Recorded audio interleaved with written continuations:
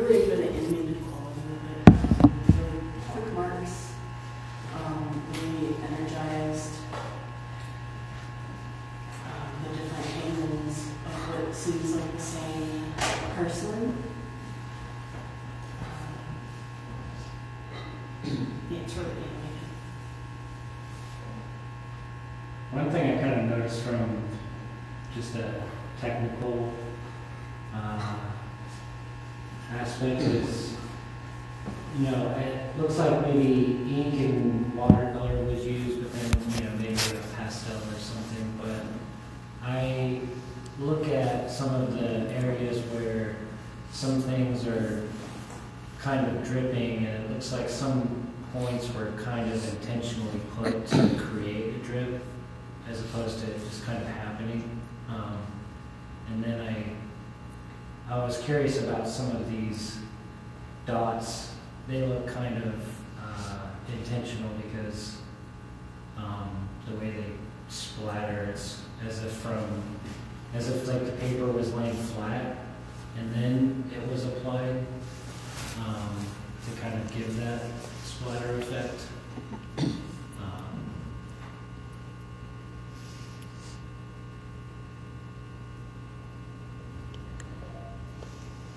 I wonder about the purpose of it. We've seen some of the purpose, other work that is like media on paper that is not framed or mounted or anything, that it's been used for the purpose of animation, and it's just an animation still. But this is pretty large, and so I wonder if that's what this is or not. How much of the language you're using, referencing animated animation, still sort of just references back to other work that you think Uppo is doing, or is it really what you see here? Yeah, I mean, I am asking that question, I think, based on what I've seen before, but I don't know that I would necessarily think that if I was just looking at it in a vacuum. I didn't think animation when I saw it, because I feel like sometimes there can be a lot of information in a still, but it doesn't feel like a still on the amount of information it's giving. Like it's giving more, and I'm not quite sure what that information is necessarily. But I mean, I usually just go through the basics in my head, even if it sounds like really obvious. Like I focus on like what it initially makes me feel, and I just think about like a moodiness to it, which makes me think of a form of sorrow. It seems very multifaceted with all the faces. It feels like it's looming, like an impending doom, very stormy. Colors add to that too. The eyes aren't defined. Anytime I don't see eyes in a person, it feels like identity is being like stolen, really, like a hollowness, a lack of a person. You said that I feel like the eyes of the two, like the left and the middle foreground figures are watching me. And then I'm most intrigued by the figure on the right because that one's the only head that's completely turned away. Like everyone else is frontward-ish facing. So like why is that one different? Also like, is it like devil on the shoulder, angel on the shoulder too? So kind of coming out of that area.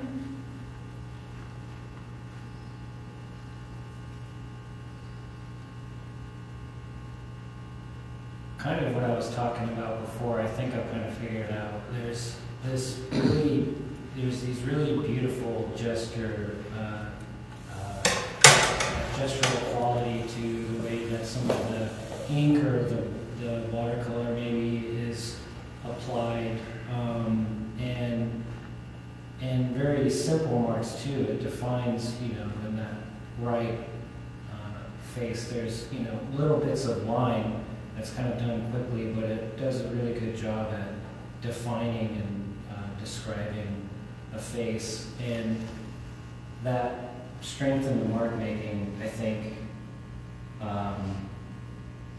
it, again, and I don't know, I mean, if some of the choices for like some of the drips, it kind of, for me, takes a little bit away from that strength and some of the other gesture going on, but that might just be kind of my opinion.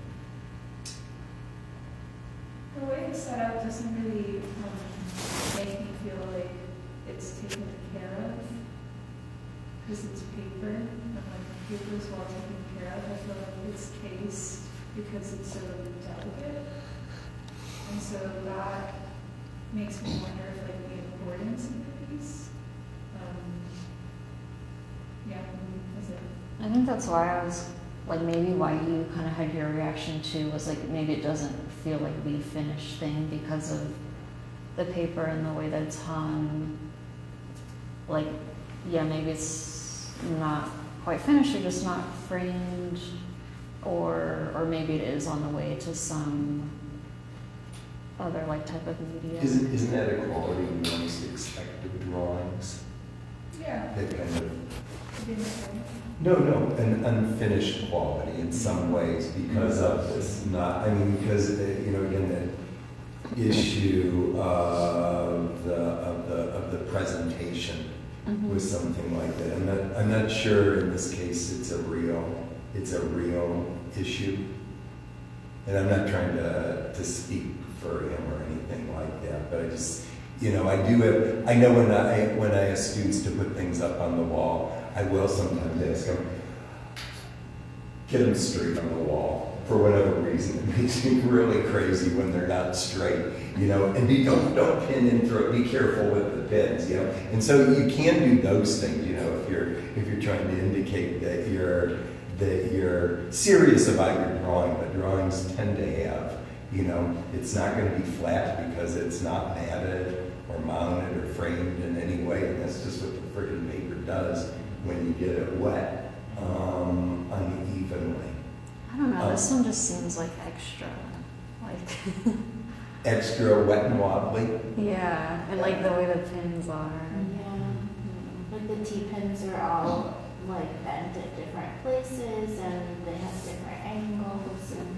I think it could have been a nail and a magnet situation more. And that kind of way, the way that it's displayed, like not in a frame, sorry. No. But like not in a frame and using the pins and stuff, it honestly, it intrigues me a little bit because it kind of has this punk kind of aesthetic to it where it's just like, I gotta get this paper to sit flat and here's these things that I can put to do that. And because, you know, there's probably ways to flatten out the paper, you know, and I think it would be read a lot differently with, you know, like an archival kind of framing device or something. So it intrigues me that kind of this, not slapdash, but just kind of this irregular way of kind of like pinning something down. Yeah. I feel like the pins could be used to add like a feeling to it, because they make me think of skin because of the way the paper is wobbling. But then it's like, okay, if it's skin and it's being pinned to something, what is it being pinned to? And that aspect isn't actually being activated for me because it's just on a wall. And if it's just a part of the piece, you could frame it with the piece kind of thing. But yeah. But I think like there's still a lot to focus on with the actual piece go beyond how it was set up.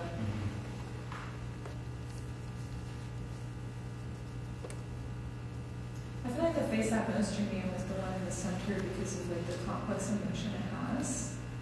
It has like a smile, or they have like a smile, yet like the way the eyebrows are frowned, it's like both sadness, there's like a slight sense of relaxation in the face. not particularly tense, but they are like still sad or weeping. And it feels like a figure that's, the three figures I associate as one, and everything in the background feels like the public and the people and all that, and like a form of pressure to me. I do know that he's been making self-portraits, trying to do, at least one a day. And one thing that I think is potentially interesting here is that there are questions raised immediately about, is this a series of self-portraits, or do the background figures, are they him as well, or do they somehow become something else, someone else, as they become more distant or repeated more frequently? And so when I'm looking at this image, the things that I'm picking up are one, kind of density, okay, a density of the heads or figures and the kind of space within that they're in. I'm struggling with how to say that. And the other thing is, it feels like there is a real attempt to kind of explore the materials, okay, and the nature of that wash, and how gravity affects it, and how you can play with controlling it and letting it be out of control at times. I think as far as drawing, I'm probably less interested in some of the blue crayon in the background. Just it feels the word I'm coming up with is almost more perfunctory. It's like, okay, I'm supposed to do this to make it more clear, but it doesn't. In some ways, it doesn't have the same kind of spirit that the wash part does, and therefore feels a little bit more stilted or awkward to me as far as drawing quality.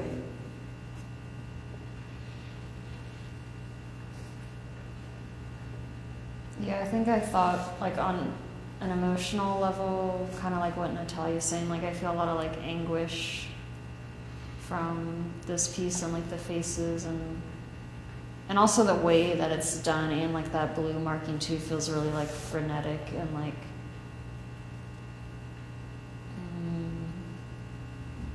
I don't know, like, just getting something out, kind of, like, real quick.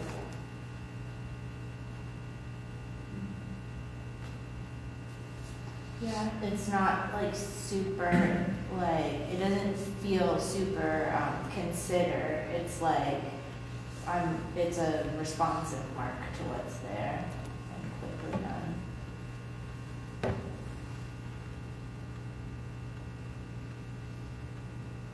Yeah, and I think that the way that the materials handled,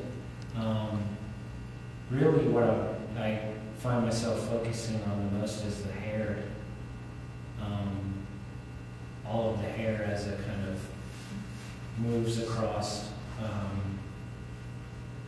the variation of the mark making within those kind of shapes draw my eye and make me want to stay and look a little bit longer than some of the other outside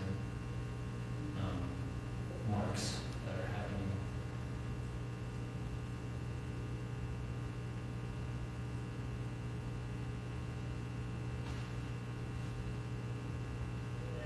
I think too, like, all the different heads, I don't know if I would have gone, like, directly to animation, but kind of theatrical a little bit, or like dramatic, like there's a narrative and like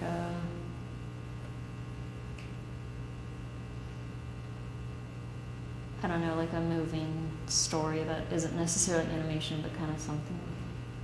As soon as you said that, I could like kind of hear the musical of like, there's this guy and he's like, oh no, what am I gonna do? And there's a chorus of people behind him being, oh no, what's he gonna do? I think Tim Burton a little bit. Yeah. Yeah. Or even like Bohemian Rhapsody or something like that. That's the choral aspect of all these other figures and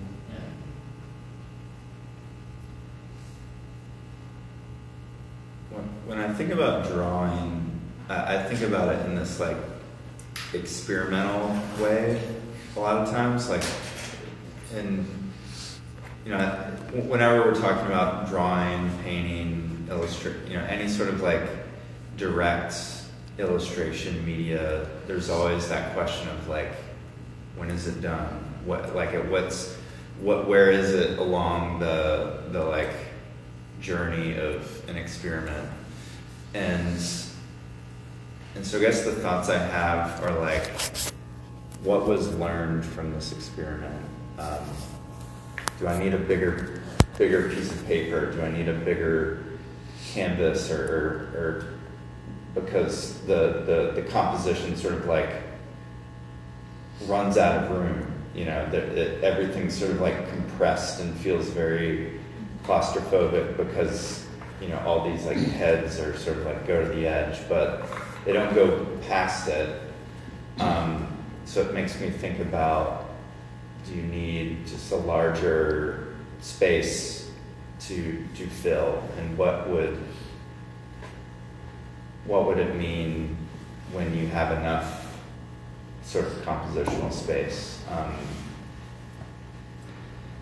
And you know, I think about the media and kind of like Luke was saying, what are you trying to learn from that material?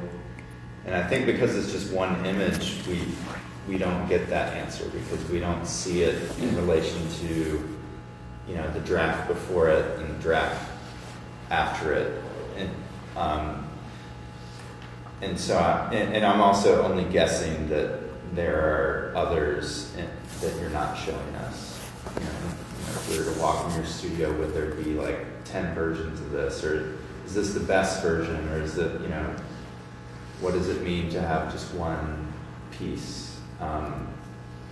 And if this is the like refined thing that you're, you know, revealing to us, how do we stay with it, and what do we learn from it? Because that, you know, I think I can understand it as an image and start to read it, but I also question, like, if I saw this outside of a critique space, how many seconds or minutes would I spend with it, and why? And I think part of it is like the presentation of it is like the first thing I go to. That gives me a sense of like how much time I should spend with something. I tend to have a proportional relationship to like how much time did someone expect me or ask me to spend with it. And I think the pins and how it's on the wall, it sort of communicates like a quick, rapid, like I'm going to consume it and then move on.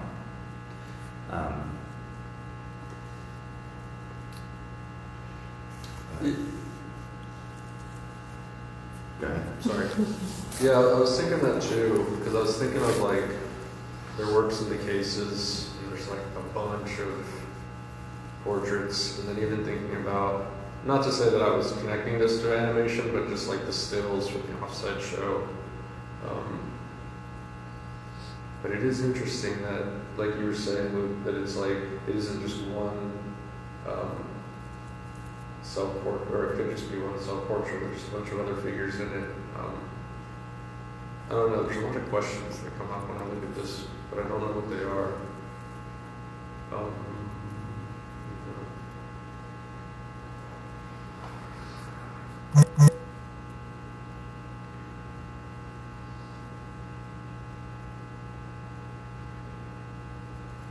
You know, one of the things I keep thinking about as we discuss this, and it's for a large part of history in Western art, drawings were something that were done as studies, as preparatory work for something else. And, for sometimes there's been the possibility of looking at drawings in other ways. And there are people who make drawing where they consider it their final work. But there's still this question that seems often raised by drawing about is this a finished thing? Is this a real thing? Is it on its way to something else?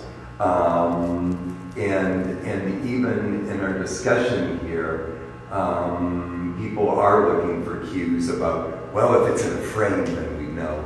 Well, why don't we take that damn, let's say we take that damn drawing, out of the frame and lay it on the table and look at it, are we getting the same thing out of it? And actually we are, in a way, but again, there are these other sort of cues. And I don't know how much, and in some ways I feel like I could be even missing part of the conversation, and that this maybe has been more of a conversation during the course of the semester than I know, in terms of you guys talking about presentation. Last semester it was more of a topic. Yeah. Okay. And so when I do understand that. Although again, I know sometimes, I'm with students, and this is in different situations. It's like,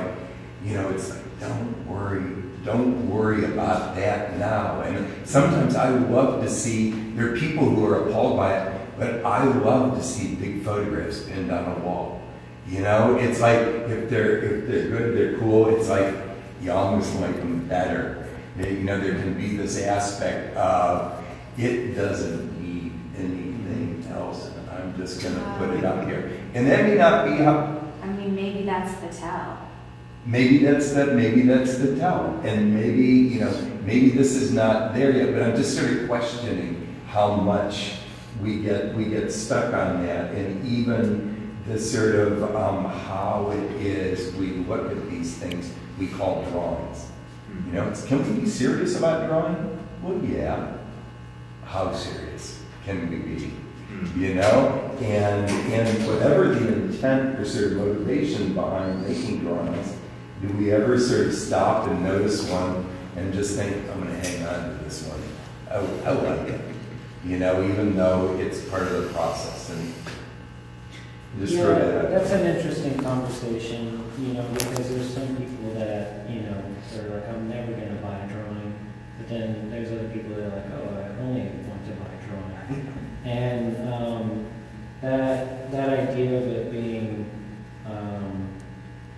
what were you saying there at the end there? That just really, really stuck out to me. But like the way that we view drawings as being, or it being in some sort of like unfinished state, it's not sometimes treated in a way as if it's supposed to be serious or something. But I don't know. I always think that drawing is on the same level as like everything else, but yeah, it's an interesting conversation. I think that question also has to like connect with the content of it too. Like, what is the content? Like, how serious is the content? Or what sort of conversation or idea or feeling emerges from it? And I feel like the drawing is like, I don't know, I can't decide, like it feels like there's things that indicate seriousness, like it's not funny, it's not slapstick. It feels like an internal conversation with the maker.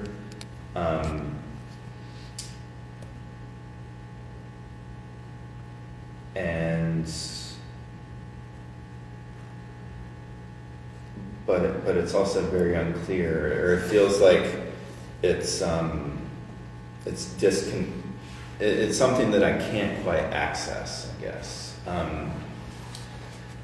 And I can sort of like throw things at the wall and maybe come away with something specific. But I think in terms of like how serious is drawing versus how serious is this drawing are like two different questions. I've never contemplated to not take it seriously for it not being, like, for it being a sketch of sorts. I feel like there's only so much information given, and we've explored the feeling that is coming off of it, the potential, the ways that I'm stuck feeling. But I also feel that there's just the convention sometimes can also be seen as a form of symbolism, like towards the material, care for it, and the way we treat objects that are important. Yeah. It almost feels like Booth was tired of drawing himself. After looking at it for a while, there's like a sense of overwhelmedness. I'm not saying that Booth wants to gouge his eyes out, but as I look at this more, and I guess it's not even to say that the figures around it, but it makes me think, I don't know, I feel like I'm brought into a studio, and I haven't been there in a while, but it makes me feel like the walls are just lined with his face, and just every day you're just sitting there. All right, let's do our first sketch.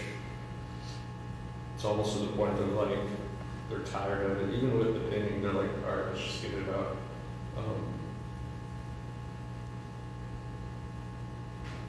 I think, like, as a viewer and trying to relate to this figure, this character, this person being depicted, and like I feel the anguish, the angst, the questioning, the like maybe sadness, the kind of like weight of pressure, and then, you know, I can relate to that as a human. I've certainly felt that way sometimes, but I kind of am like, okay, well, like, how do you, is there a glimmer of hope? Is there, or is this like in the thick of it, and like, that kind of feeling for me is, it's a transient feeling when you feel that bad. And so we've talked about animation and like movement, and so I'm also thinking of like the movement of emotion and moving through this emotion into another one. But that doesn't happen on this page.